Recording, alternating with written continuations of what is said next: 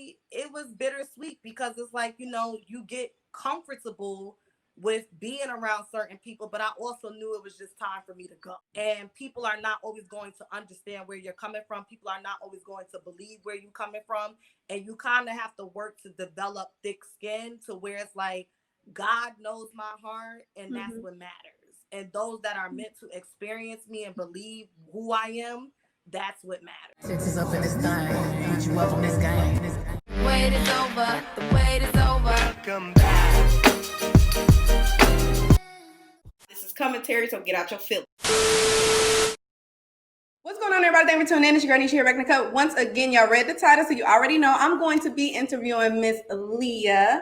Thank you for reaching out to me, girl. And we're going to do an interview. And I'll let Leah let y'all know why she decided to come over to this channel to do her interview. And then we'll jump right into it. Are you ready?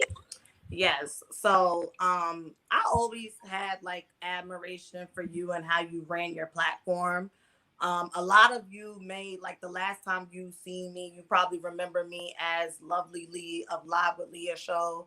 And it was actually around this time when I officially shut down that YouTube channel permanently and shut down that brand because I honestly didn't feel spiritually connected to it anymore. And that is when I began to work on Melanated Crowns. And then I finally launched that this year. And I reached out to Niche because I was like, I really wanted to do some collaborative videos with her.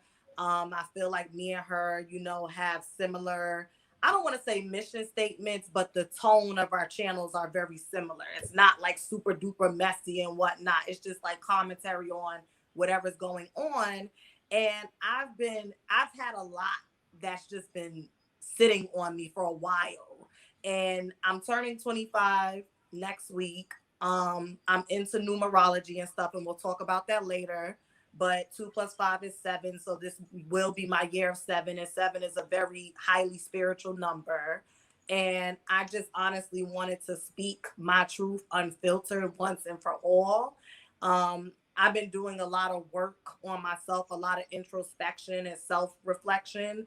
And I just feel like this is kind of like the final thing to do in regards to making peace with a lot of decisions and choices and situations that, obviously I was the common denominator in. I appreciate your viewers in advance who take the time to watch this interview. And I hope that if there's anything that I speak about today that relates to any of the audience members, you're able to learn something or take something away from it that you can apply to yourself in a positive way. Thank you so much for reaching out because it does mean a lot. Okay. I try to make sure I keep all mess down to a minimum on this channel. However, I have watched some of the stuff that's gone on with you and the other YouTubers. And then honestly, I can't even remember where I found your channel. And I want to say it has something to do with Mr. Still Standing because he does the reality TV show reviews. And I watched him in Bundy Blue. So I want to say he may have mentioned you like a little plug or whatever. And that's how I found you. But anyway, I said all that to say, I have been watching, some of the stuff that's going on. And I do admire the way that you handled a lot of that stuff. Okay. So I admire the maturity. And I definitely was like, you know what, let's just do it. It seemed right. And so we're here. I do want to know a little bit more about Leah. So kind of tell us where you come from, give us a little bit of your background. So I am from New York. I'm from Queens, New York. That's basically where I was raised most of the time. I did spend some time in Sinking Springs, Pennsylvania, as well as Reading, Pennsylvania. But most of my childhood memories come from just growing up in New York City. I do have some distinctive childhood memories from Pennsylvania, but I would say the better memories come from New York City. I am one of 5 children. I'm the only girl. So I had 3 older brothers, and I had a brother that was about a few years younger than me. The oldest of all of us passed away from sickle cell and kidney disease when I was about 10 or 11 years old. I pretty much had just an average childhood.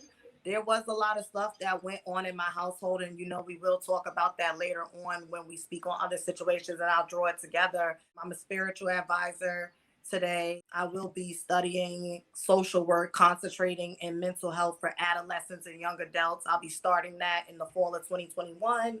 And I'm currently studying for my LSAT because I want to do a dual degree and get my Juris Doctorate and my master's in social work together so that I could advocate for children and for women, specifically Black women, in the courtroom. Ooh, child. All that education, honey. They always say one thing about a Black woman: when she ain't got nothing else to do, she gonna go back to school. Told you that I'm currently in school, but I'm working on a bachelor's for business. Congratulations to you.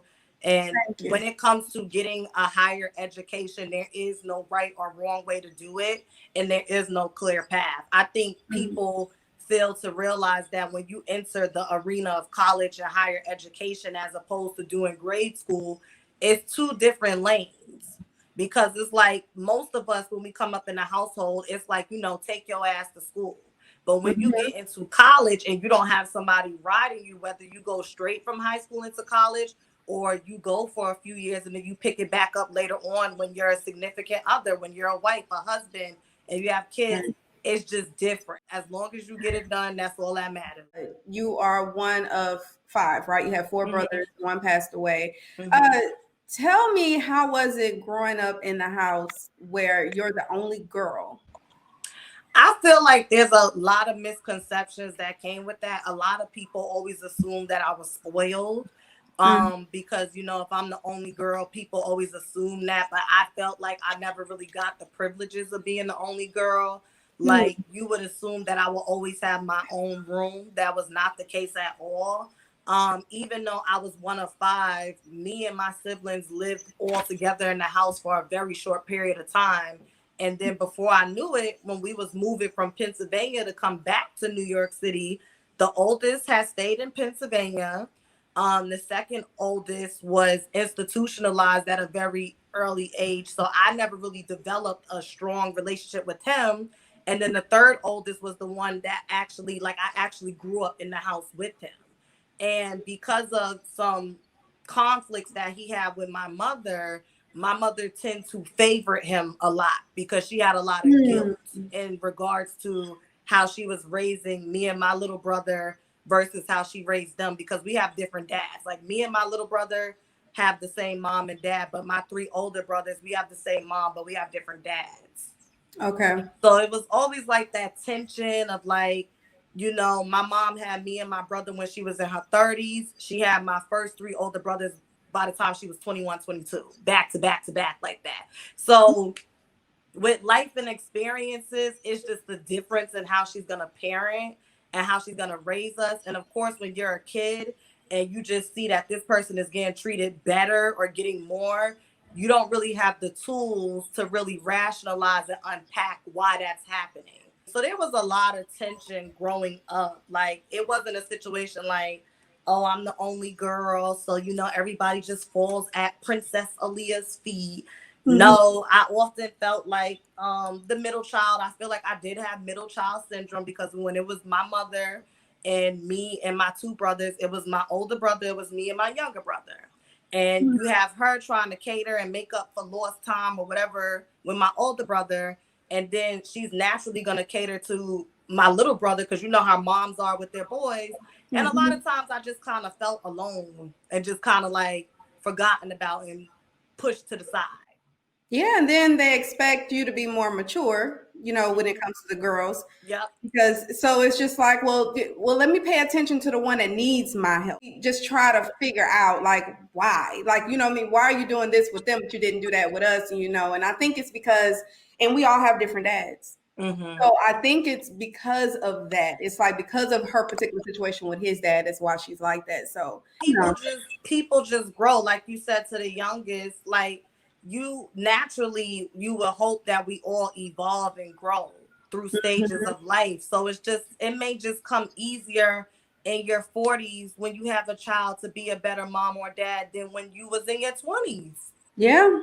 You more financially stable. You probably done picked you up a degree. You're probably stabilized now where you live. You done did all the clubbing and the drinking and the like, you know what I mean? So it just, as an adult, I could see it now, but I could also understand as kids when you watching it, you could feel slighted because you just don't understand. I feel like, parents, for the longest, I used to be so upset, but I think that our parents do the best, they try to do the best that they can with what they have. Mm-hmm. You know what I mean? It's different if your parent is rich or whatever, then they can, obviously they can take care of things. You might not be able to see your parent all the time.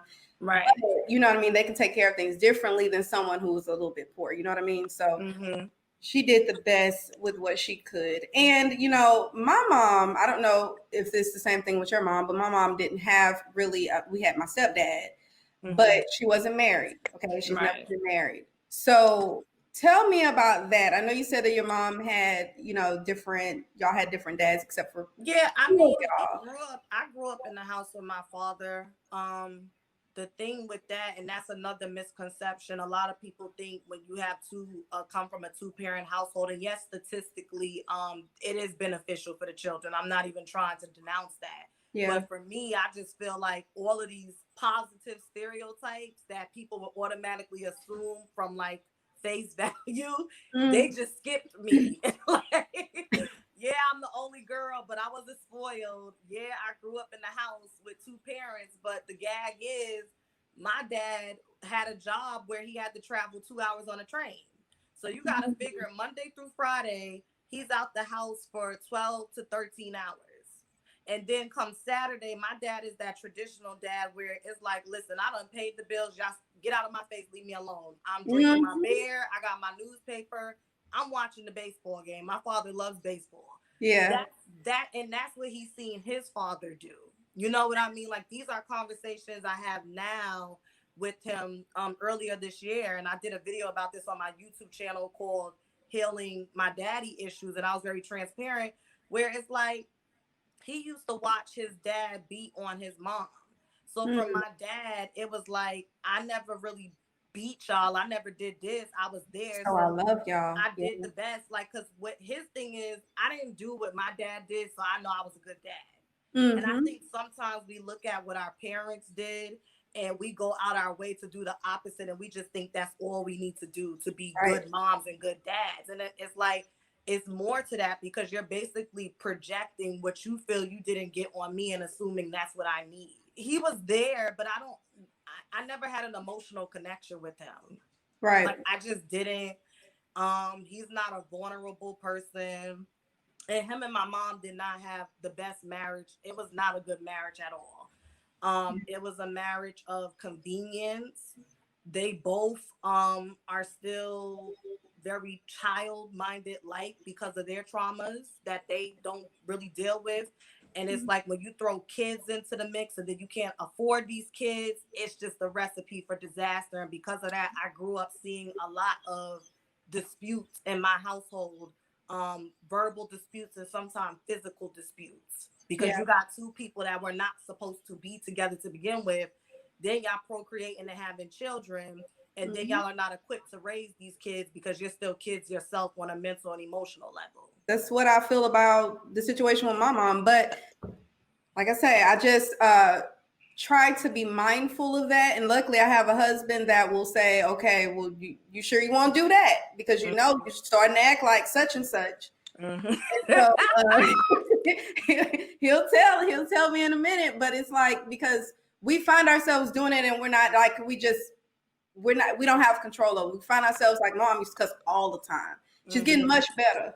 But she used to she curse and will cuss you out. Her kids, she didn't care.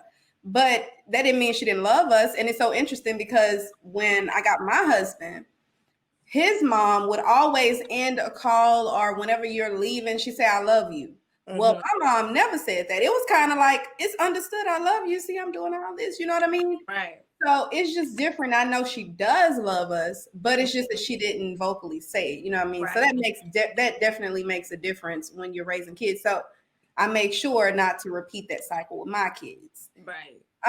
So with all that said, in your background, what would you say is motivating you to, try to be different and break? I just feel like,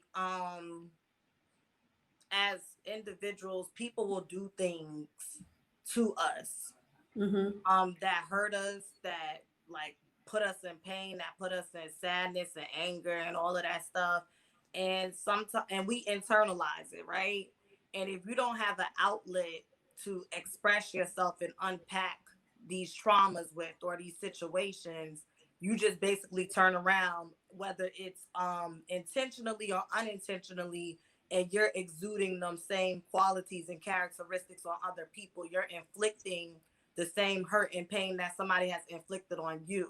So I've always naturally just been somebody where it's like, I don't allow myself to really wallow in misery. I don't like to spend too much time in a space where I'm feeling sorry for myself, or I'm sitting in anger and bitterness, because I truly never want to inflict pain that has been inflicted on me on somebody else, because I know what that feels like.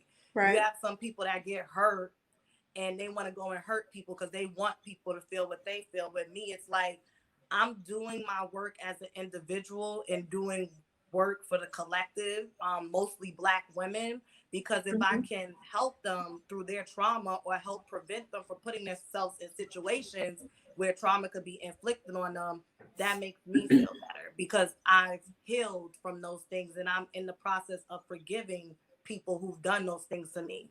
So that's what motivates me, just wanting to pay it forward, you know, understanding my assignment that God has, you know, bestowed upon me in this lifetime as a spiritual being, and just accepting it and honoring it. And I truly believe my assignment in this lifetime is to help Black women obtain and sustain mental, emotional, and spiritual wellness. So I have to ask you, how's your relationship now that you're in a different place, spiritually, physically, mentally, you know, emotionally? How is your relationship now with your mom and your dad? So with my dad, it's gotten better. Something that really put fire underneath my ass to have like those conversations with him and hold him accountable and get a better understanding is, my dad has a bad heart. He had open heart surgery this year. And I remember talking to somebody that I used to work with at the station, who's like a big brother to me. And he's like, don't come crying to me now when, God forbid, your dad transitions and God calls him home, and now you regretful because you couldn't put your feelings aside. And it's not to dishonor my feelings or my experience, but like you said, our parents do the best that they can. They're human too. They come from effed up childhoods too. They come from lack of parenting too. Yeah. And when you come to, like, when you really understand that, you kind of see, like, you know what, it really was not personal to me. It really was not mutually exclusive to me. I just was on the receiving end of stuff that existed way before I was a thought, way before I came into the picture. And it just is what it is. So, you know, I called my dad and had some conversations with him, and prayed. You know, I prayed to my ancestors. I pray to God, and we do better. And with my mom, we're at a space now, like when she calls, I will pick up her phone calls. And I literally have to catch myself, like when I'm getting an attitude or I'm losing patience, because another thing that my therapist and my spiritual advisor had to tell me is, you got to make peace with the fact that the dad that you wanted, that doesn't exist. The mom that you wanted and want does not exist. You got to start that process of not only forgiving that version of them, but also getting to a place where you can accept that version of them so that you can foster a relationship with them. So that's where I'm at. I talk to both of them. It is not easy because, you know, there's still ways of being about them that triggers me and it brings up stuff from the past.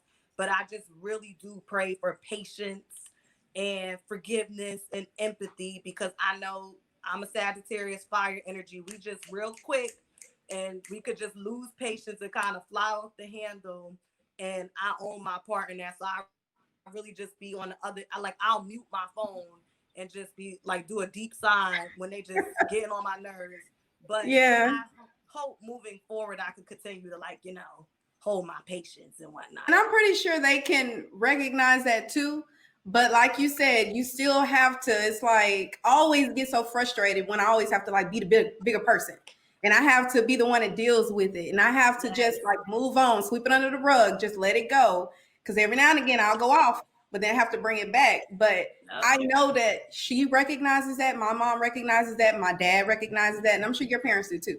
So even though they're not, they slip back into their ways, you just have to keep just moving forward. And it's also about understanding, like, what do you want for yourself? Like me, I'm on a quest to be happy, like to cultivate happiness and joy from inside without external influences, right? So I could get mad and say some slick shit and fly off the handle, and then my mother reacts and does that, and now I get off the phone and my whole mood is shot, my day is shot because I had that negative encounter. Or when she does say something, I could just like really pause for a second and reel it in, and then just move past that, just so we could end on a, all right, mom, I love you, I'll talk to you later, as opposed to banging the phone or cursing each other out. I got to take accountability for myself and how I interact in this shared experience. Even if that person is unwilling to show up in a certain way, I can still control how I respond to them and how I show up. So tell us, because I know based on your channel, you're into spirituality. One time you were live doing a reading and I was trying to run away from it. I was like, girl, I don't know what that is. Listen, there's somebody else that's just like me that really don't understand it. They don't know the power of it. They don't understand the numbers. Give us some insight about really what took you there. What made you get into spirituality? Well, first and foremost, in my opinion, and I'm not saying this is law, my definition of spirituality is to have an awareness of self. Okay? That's my definition of spirituality, to have like a heightened sense of awareness of self, where you can hold yourself accountable and be held accountable, and where your discernment and your intuition is so strong that you could really hear spirit speaking to you. Whether that be Allah, Buddha, the universe, Jesus Christ, whatever you believe in, it's this. I think we could all, for those of us that's religious, spiritual, we know what that feels like, to be connected to a higher source of energy that's guiding us each and every day. Right. When it comes to the tarot and you see spirit boards and stuff like that, those are tools. So you don't necessarily have to use those tools or interact with those tools to be spiritual. Some people will say it's like new age spirituality and whatnot, like astrology and whatnot, even though astrology has been around for eons. I mean, most of this stuff it's all scientific, but I've always had an interest in, like, there's a sector on YouTube where they do like celebrity tarot readings, and I would find myself watching those readings. So it was just interesting as a viewer, like, oh my God, this is so interesting. Oh, what's going on with them? Oh, okay, whatever. And I would just do my YouTube videos, and those that remember me from LivewLiyah show, a lot of people will always say like, oh my God, you're so wise beyond your years, girl. You got the gift of discernment. You do this, you do that. Right. Okay, cool. So I can't pinpoint how I got my first tarot deck, but I know at the time, this YouTuber, Occult Gems, she would email me a lot. And I think one time I shared with her, like, I think I want to try tarot. And she was like, yeah, you already have the gift of discernment, so you will definitely be good at that.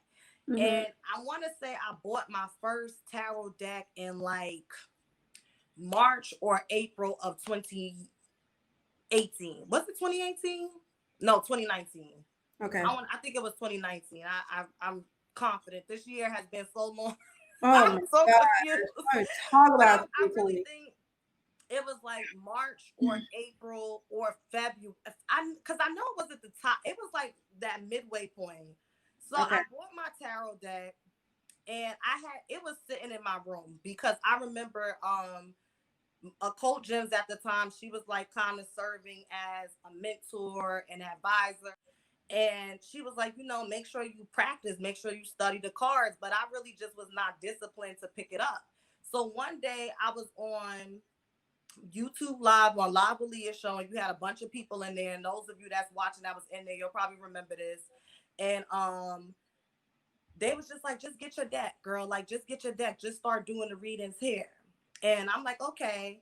So I would pull the cards but at this time I wasn't really it's like I was going off of definitions. So I'm pulling the cards, and then they was like, just Google the meaning of the cards, and then the person asks us the question. So for example, somebody could have been like, is my boyfriend cheating on me? And I could pull the Seven of Swords, the Devil card, and the Lover's card. Now, I don't know what these cards mean because this is my first time pulling these cards. Right. But once I read the definitions in my book and then go off my common sense intuition, I'll be like, oh, yeah, the Seven of Swords deals with deceptiveness, and the Devil card deals with da-da-da-da. Yeah, girl, he's cheating on you. So I was doing a bunch of readings, and everybody was like, you're really good. You're really good. And I'm like, getting drunk off my Kool-Aid. I'm like, oh shit, like I'm about to be on YouTube, like the tarot readers, doing celebrity tarot readings. It's lit. Yeah. And from there, that was like my introduction into divination. I feel like I've always been a spiritual person. It's just certain practices that I do now, such as like ancestral worship, which deals with honoring your ancestors, getting pictures of people that are no longer here that have had like a prominent impact on you, and creating a sacred space where you light candles, you give them water, you put flowers, whatever you want, you give them food.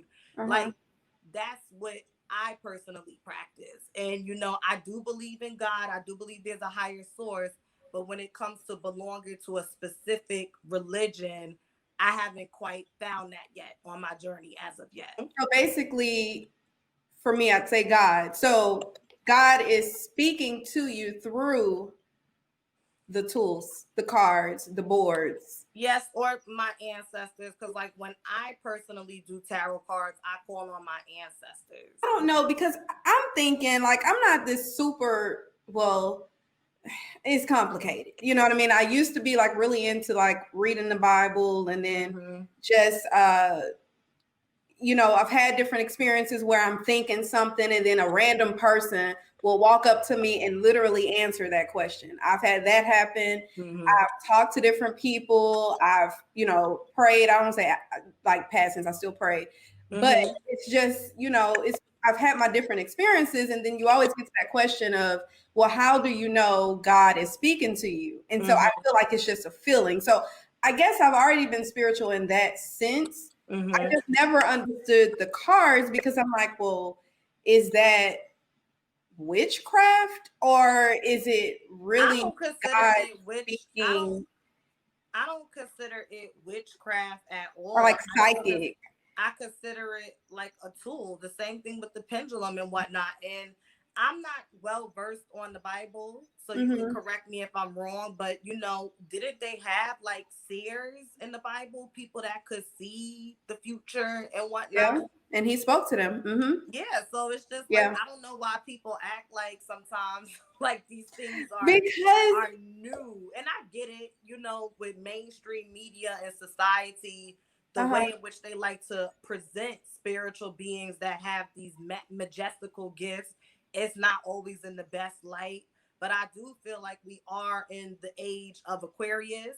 We are, 2020 has definitely been a year that has revealed a lot of things, and you see more and more people just naturally have this innate sense to pick up on certain things that's usually hidden in plain sight, that you could just see for what it is now. Okay, excuse my ignorance. Okay, no, you're fine. I'm asking you, but what is the difference between a psychic, which I understand is someone that speaks to, right? They speak to the dead, or no? Medium. Okay, so what's the difference between that and as I'm saying it, it's kind of like, okay, maybe the difference is God is just speaking through you. But what is the difference between a psychic and a spiritual advisor? I'm not gonna say this is a definite answer. This is just like in your opinion. So I just wanted to make that clear. I think the difference between me, someone who's a spiritual advisor, and someone who is a psychic medium is, if I wanted to, I can like connect with the dead, but I would not say that is like my God-given gift, and it is something that is intricate on my path, at least not now. Maybe that is a gift that will be revealed to me when God sees fit. But psychic mediums can actually see, not all of them, because I do have a spiritual advisor who is a medium, And he doesn't necessarily, I think he's had experiences where he's seen people that are no longer here, but that's not something that happens all the time. But then you Mhm. have other psychic mediums such as Sloan Bella. She's really popular on YouTube, where when she's giving her readings, she's saying that she sees, like, she'll look up and see somebody sitting on her at her table. Oh I gosh. don't have experiences like that, thank God. Because I just don't know how I would react to that. You know, you got to be strong enough to handle something like that. I will say I have felt the presence. Like, I've never shared this publicly before, but I'll share it Oh, okay. now. I remember when Kobe Bryant died, Mm-hmm. and I had did a video on my YouTube channel called A Reading for Vanessa Bryant. And that's exactly what it was. It wasn't a reading on her and what's going on with her and what happened to this. And literally the questions that I asked was tailored to how can we support her and how Mm-hmm. can people support her. And I remember one night I was laying in my bed and I seen two figureheads by my AC. I'm looking over there right now, and Uh-huh. I thought I was tripping, and it looked like a man and a girl. And I'm just like, am I tripping? Like, I seen the Yeah. shadows. And I remember at the time I was in mentorship with Black Spectrum Network, and I was Mhm. talking to my god sisters at the time, because we had created community. And I was like, can y'all pull on this to see if I'm bugging?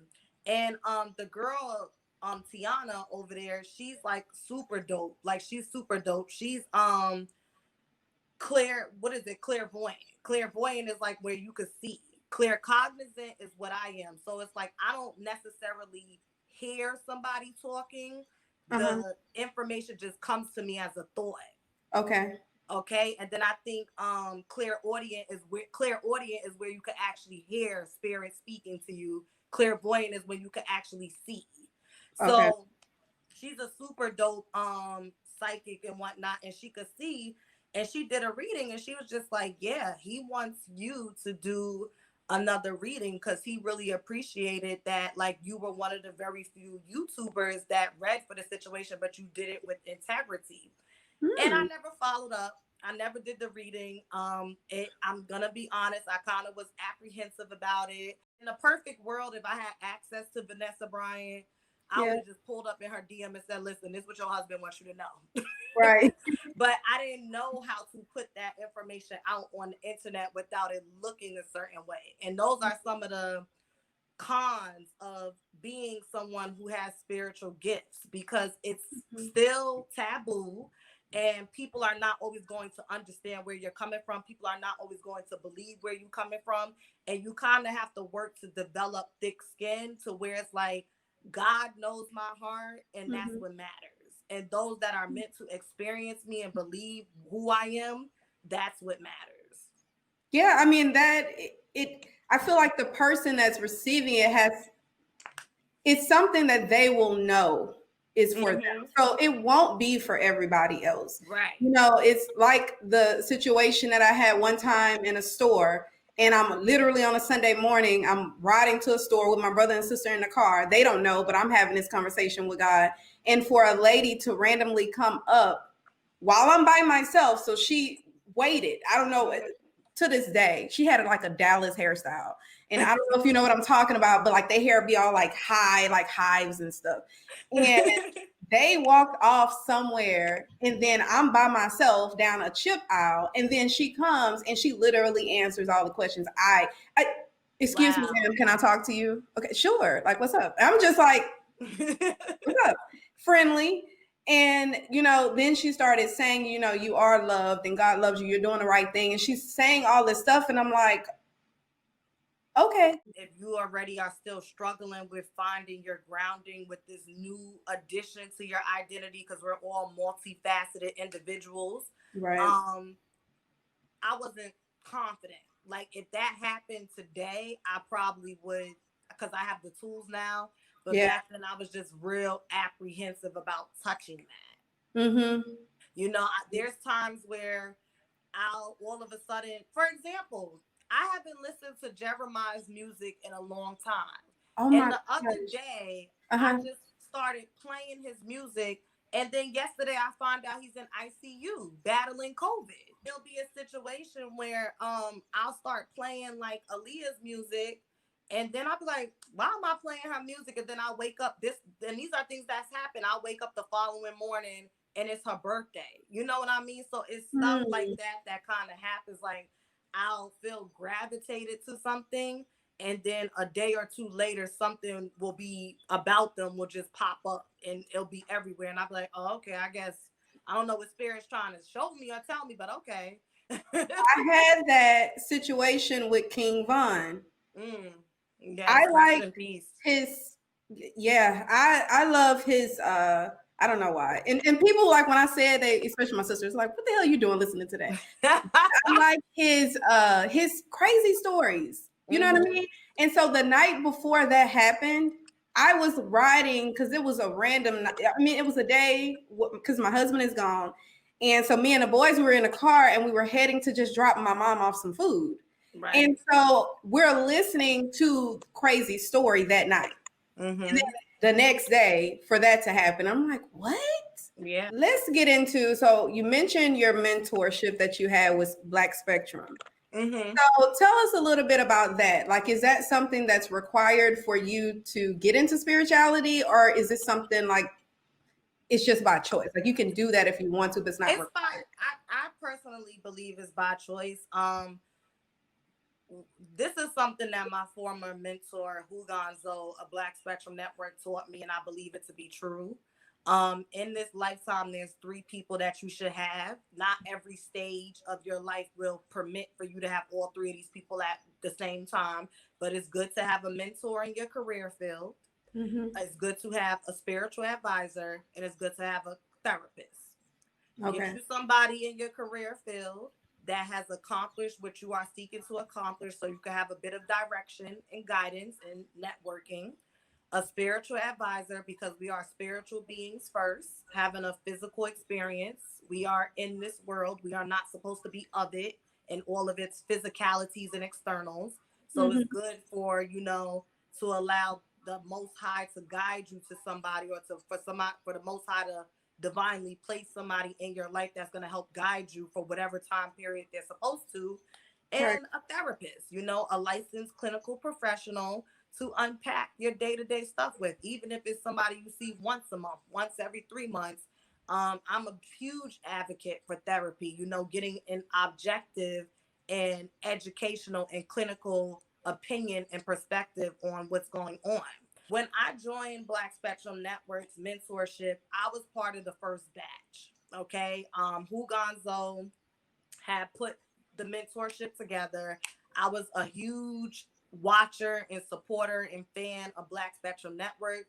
Till this day, when it comes to celebrity readings, I still enjoy the readings on Black Spectrum Network, as well as those like Sloan Bella. Those are like my top 2 people when it comes to tarot readings and psychic readings. Okay. And he was offering a mentorship. And one thing that drew me to Black Spectrum Network is that it was like watching an actual network. Like, they didn't only put out content about celebrity tarot readings. They also had Sophisticated Sunday, where they spoke about a plethora of things happening in the Black community and Black spirituality and Christianity and whatnot. And the individuals whom he would have on his panels were well-versed Black intellectuals. And that was something that really just stood out to me, and I enjoyed that. I love to see our people being represented in high vibrational ways, such as intellectuals and educators and spiritualists. So when he presented, like, I'm doing a mentorship and whatnot, I signed up and he accepted me. And at that time, I was in the midst of so much spiritual warfare with occult gems. So it just kind of lined up perfectly, because honestly, I'm no longer affiliated with Black Spectrum Network, but I have no problem with giving credit where it's due.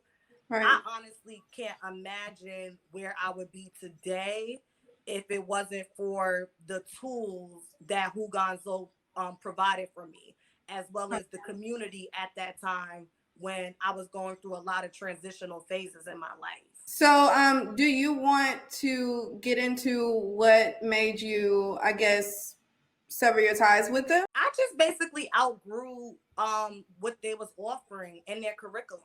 You know, Okay. I didn't know what I wanted to do or who I was, or shall I say who I was meant to be. Right. And I started in July of 2019, and we went our separate ways. And what was that? April, May of 2020. I just feel like I'm really big on individualism. Okay, it's all of my Sagittarius energy. Like, I'm just really big on marching to the beat of my own drum. Yeah. I do appreciate community, and I do understand the importance of it. But when I start to feel like I am being pressured to show up a certain way in my spiritual journey, or I am being side-eyed because I will not show up a certain way, it's time for me to step back. Because I feel like when it comes to your relationship with the Most High, when it comes to your spiritual journey, that's something for you. Yeah. We can have people that can advise us and help us and nurture us and bring out the best in us or reveal stuff to us. But that's your journey for you. And I just felt like when I basically got to a place where I was like, I don't really see how studying under a Hugan, which is somebody who is highly ranked in, I think, Haitian voodoo or Voodoo. I get it confused. I'm not that well versed with that. I don't see how that will benefit me. I would like to study under a Black woman who is a priestess and Ifa, and I'm trying to get into divine femininity. And basically he just, he felt slighted. I'm gonna just call it what it is. He felt slighted. He's human. When you're mentoring somebody and you're nurturing them and you're pouring into them, and it's not so much that I didn't appreciate it, but if I outgrow it and I'm like, okay, I know my cup is overflowing with everything you're pouring into me, but it's not sustaining me anymore. He's human. And he felt a certain way. He basically dismissed me from his program. And honestly, it was bittersweet because it's like, you get comfortable with being around certain people, but I also knew it was just time for me to go. In the future, me and him will reconnect, and he will be proud of me because he's told me stories where his mentors have dismissed him for the same reason because he outgrew them. And now look at him. You have a whole Black Spectrum Network Magical Academy, right? So game recognized game. It's all love over here. It's really no love lost. It's just life. People come into your life. They serve a purpose. And then sometimes you just got to go your own way. Speaking of outgrowing people and, moving on to different things and better things, let's talk about occult gems. I'm ready to go. This tea is super hot. I'm about to go.